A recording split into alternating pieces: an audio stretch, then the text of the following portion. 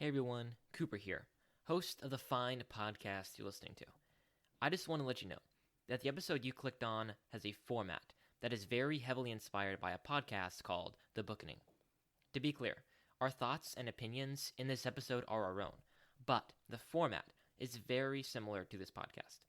I just wanted to give you a heads up and give credit where it is due. With that out of the way, enjoy the show. Coming up next, Booking It Talks, World Building.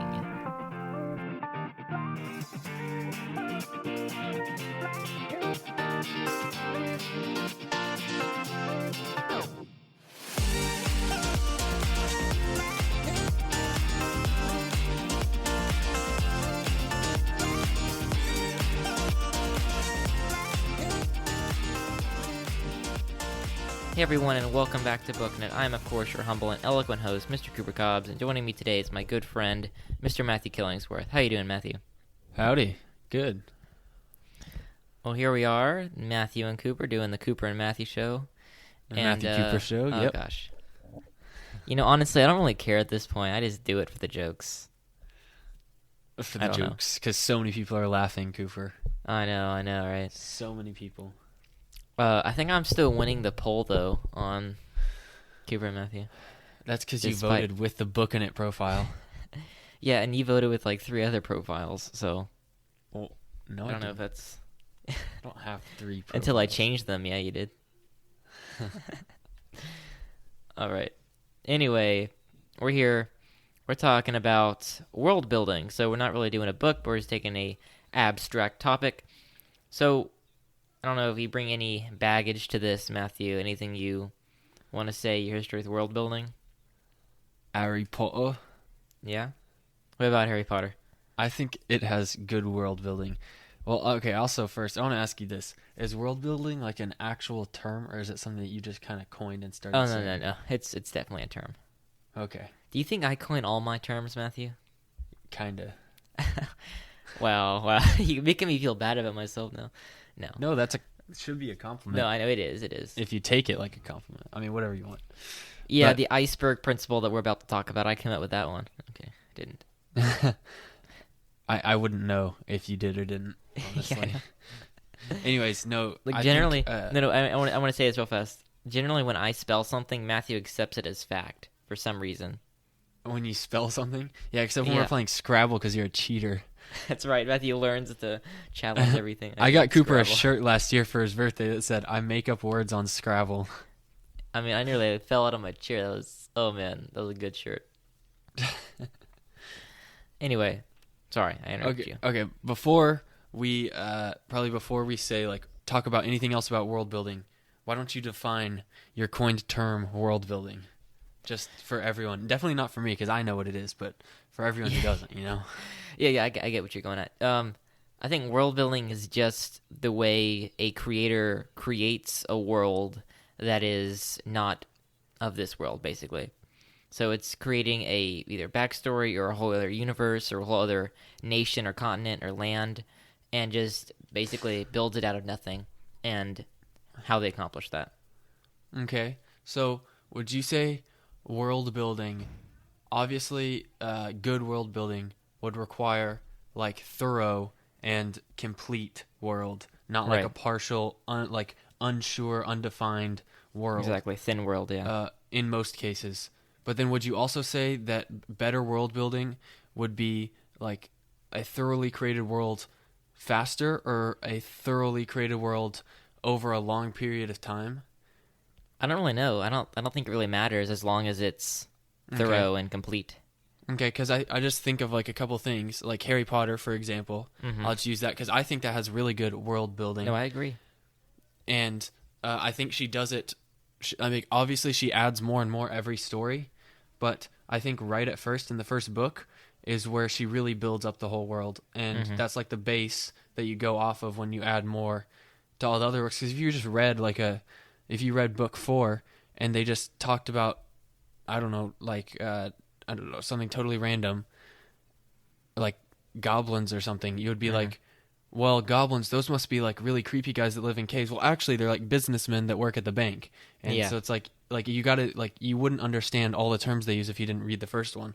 But then some things like Marvel, for example, the kind of like the whole universe is constantly changing and being added to and being like even subtracted manipulated. Yeah, that's a good way. Just like it's constantly just being changed and not all improved. those are for the good. No, but like I'm just saying it's kind of never ending. Yeah. It's not. It didn't set a base. Really, because the base was kind of this world, and it's only gotten further and further from the actual world. So, like that's kind of like over time world building, and it's kind of getting to the point where it's like, is there even a world? Like, it's I just see what everything. you mean. I see what you mean. Yeah. Yeah, and one thing I like about Harry Potter too is when you get into later books and she's kind of adding on to the mythology. It doesn't feel like she's adding on. It feels like you're like getting stuff revealed to you that you already knew was there, and it has the weight of that. Well, and I think a genius thing that she did was the fact that Harry Potter didn't know any of it either. Right, because it's a common trick. Think about it. She absolutely could have written it where Harry Potter was the same orphan, the same guy whose parents died, had the same backstory, survived the curse, all this stuff, had the scar, and grew up in a wizarding family and knew all the wizard stuff, and it would have been like the exact same awesome story. It would have been way worse, though. Well, only for the reason that like it would have just seemed like she was making stuff up as she went along, which maybe she like honestly she probably was, but the way like she was able to write it well, and it was all from the perspective that Harry was learning about this new thing, this new historical story, this new like spell, this new like theory, all these things that like you were learning for the first time, and you were constantly every book getting to read about and learn about new things in that world. Harry was also learning about it, so it didn't like contradict itself. It worked just because she wrote it from the perspective of Harry learning it, so you were like growing with Harry throughout the whole series. Yeah, and that's a common trick that we see often in literature, whether it's Harry Potter or the Maze Runner or somebody, really almost anything like that. It's a really common trick to do that, and it works. It's very effective at what it does. So, all right, so next I want to talk about the iceberg principle. Now, Matthew has not heard of this term, but I think it's fairly simple. So That's because you just made it up. It's not. I did not actually. But anyway, the iceberg the iceberg principle is basically where you, as the reader, only experience the tip of the iceberg, but you feel the weights of the rest of the iceberg. So, let's say, for example, in The Hobbit is it's basically just a little children's book. It doesn't have a whole lot of world building necessarily compared to Lord of the Rings or Silmarillion or something like that. But in it, you get little snippets, like when they're in the troll cave and they're getting the swords after they have turned those trolls into stones. And Gandalf said, "Oh, these swords were made in Gondolin for the Goblin Wars," or something like that, right? And you get the iceberg effect. You only hear about that, but because of that, you feel like the weight of there's a whole history behind these swords, and they were in these battles thousands of years ago against this different race and things like that. And then also when they're like singing those stupid songs in Lord of the Rings, it just adds more weight to the world building because it makes the world seem even deeper. Because even though you're just hearing these songs, you can feel the weight of Tolkien is writing this. Even when you read Lord of the Rings, you can just feel Tolkien knows everything about this world. He knows that tree and that rock and that castle and everything like that. And you can just feel that all the way through. So, you got any thoughts on that? I feel like, I think that Tolkien, I guess like you're talking about how you are only revealed the tip of the iceberg, but you feel the weight of all the rest. I feel like his water level is lower in the sense that he reveals a lot more of the iceberg than any other author. Okay. Fair enough. I agree. Do you have any other examples from... I feel like it's a little bit too much, though. Because I think there's probably a perfect amount to have, like, over the surface and under the surface. Yeah. And I think he sometimes has too much over the surface. No, I agree. Yeah. I agree with that. And we talked about that at length in our Lord of the Rings episodes. Yeah. All right, so we kind of already briefly touched on it, but what do you think makes good world building? Like, what are the elements of a person who is a excellent creator? And then if you want to give some examples, that'd also be great.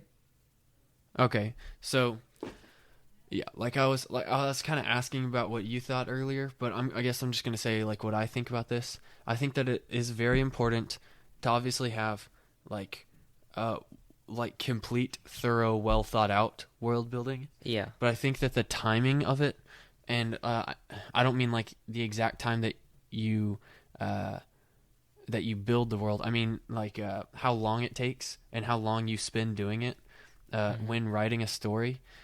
I think that it's really important to have like a base and somewhere to go off of so the reader's not like entirely confused.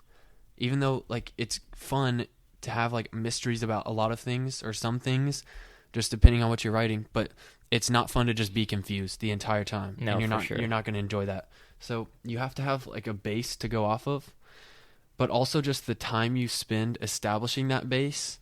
That's why I feel like if you're going to write a 7-book series like Harry Potter, then establishing that base fully in the first book, I think works out great, because then you have 6 other books to like play off of it and do whatever you want off of that. But if you don't really have a solid base, Right. then it's just going to be changing around throughout all those other books, and it's just going to be confusing and not interesting. Yeah, I agree. I think that if you're doing, I mean, and really, world building applies mostly to fantasy / sci-fi novels.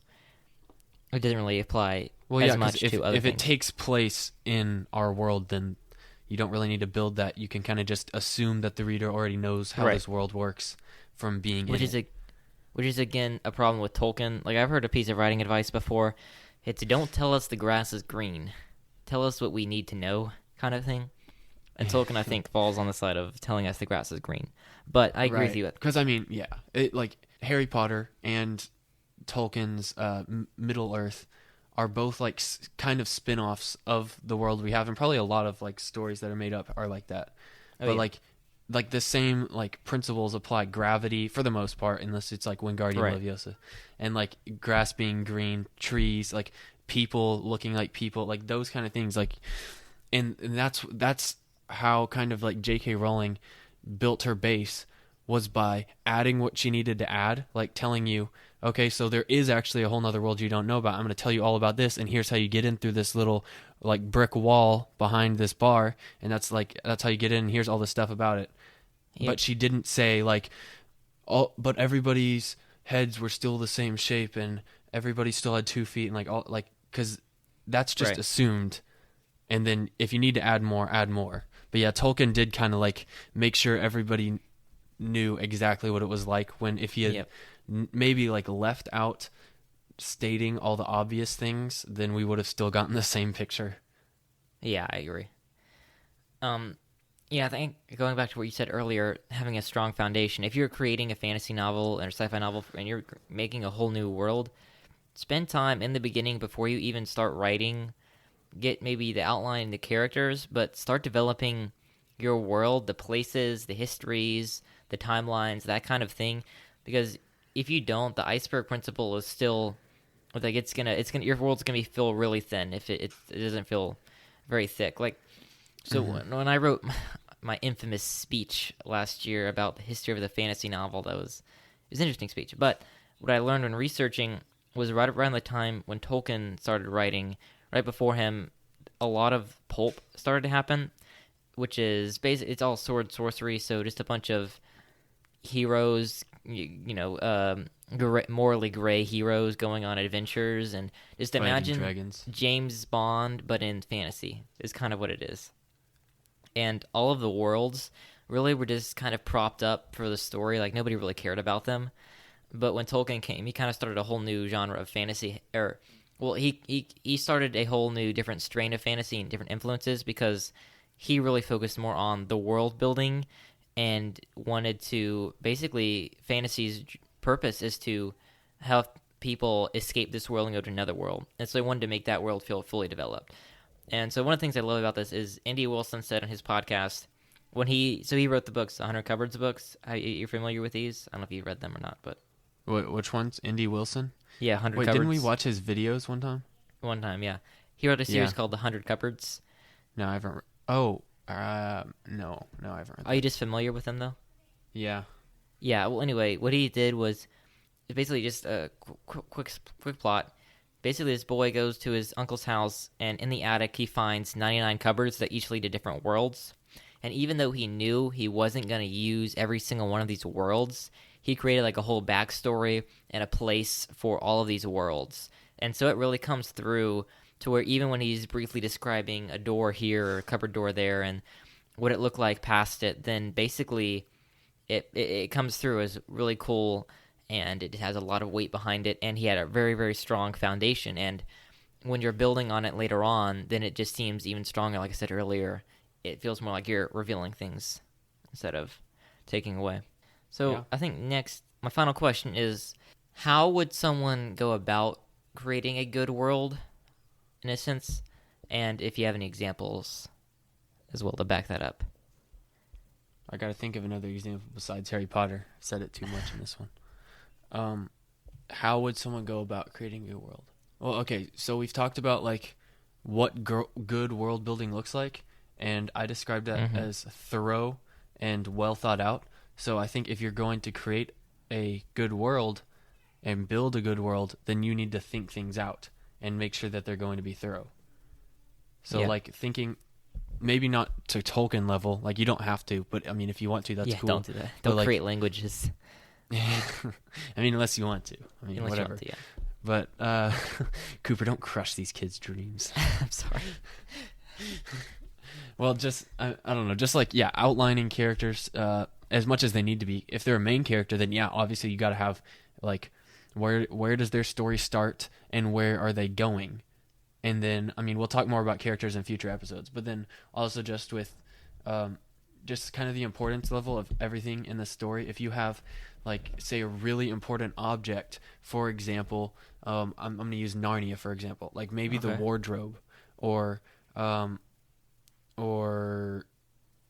I don't know, the witch's castle or something, then like if it's an object of high importance or a thing in that world of high importance, then like you need to explain it more than you would just like a random tree or even something that's fine to mention, like I don't know, I'm just making something up, but there was a beautiful mansion on a beach with like with an ocean right next to it, and then but you would describe more about the mansion because it plays an important role in the story and talk about that. You wouldn't talk about like the water by the ocean. Like in world building, you would focus on the things that are important that need to be thorough. Yes, which kind of like we shouldn't have to say that, but yeah. But yes, that. But then, sorry, I'm getting distracted by Isaiah. I know. That, but then also like it's fine to mention all the other details, but only if they like help move the story forward, to help move that thing that you're focusing on forward. Mm-hmm. I guess. Yeah, I think that really good world building starts somewhere and then goes from there, and then out of that the story comes. Right. Well, that's what I'm saying. Like starts with a foundation and then build off of the foundation. Yeah, like for me, one day I was just online. I found this cool fantasy map generator, and so I made one, and then I customized it, and then out of that I just eventually worked on like a story outline, and I'm trying to write the novel, even though it's not going very well. But you get the point. Like I created something, and I created a timeline, and then histories and things like that first, and then I started writing the story, right? And so with Tolkien, he was a linguist, and so he created a language, and then out of that came this whole history of the elves and men and orcs and the things like that, and it just started from there. So I think good world building, like we've been saying, starts with a firm foundation, and then after that, you add the little details that matter and that make it seem like a real world. So, yeah. All right, Matthew. Anything else to say about world building? No. We never said anything about Star Wars. No, we didn't. I think it did a good job starting with a base and then going off there, and it kind of went off on both sides. Even though like not all the super like if you're super into the plot and Star Wars theory kind of stuff like we are, then basically the only people who are into that are people our age, and then people who are 40 and won't let go. Okay. Well, but either way, even if you're not, or like if you're not into that and you don't like you're just interested in the world and like interested in the escapism kind of thing, then like they really started with a good base right in the middle with 4, 5, and 6, and then went off of it on both sides and told you what happened before that. And all these things, like you get to see new planets, but then you also get to see how they were destroyed. You get to see who the rebels were before the rebels that you've always known. And then you go back on the other side and get to see what happens afterwards and where the galaxy moves and like what direction it moves towards and everything like that. So Yeah, I think they did like by definition kind of thing. Like they did a great job with world building. George Lucas did. And as much as those prequels are bad, they're very good at world building as well. And one thing that's interesting, somebody pointed out to me the other day that George Lucas could have started in the middle of the Clone Wars, and I think we would have been fine. And it would have been we would have had a lot more action. But George Lucas wanted to show us how it started. He started how with the Clone Wars a started, trade dispute. Like, come on, is there a more boring way to start a Star Wars movie? But he wanted to develop and show us how it got here and everything like that. So yeah, no matter what you say about George Lucas, he's a genius and he's a great world builder. Yeah, definitely. All right, guys. Well, thank you so much for listening. All right. Well, we'll see you next time. Keep on booking it.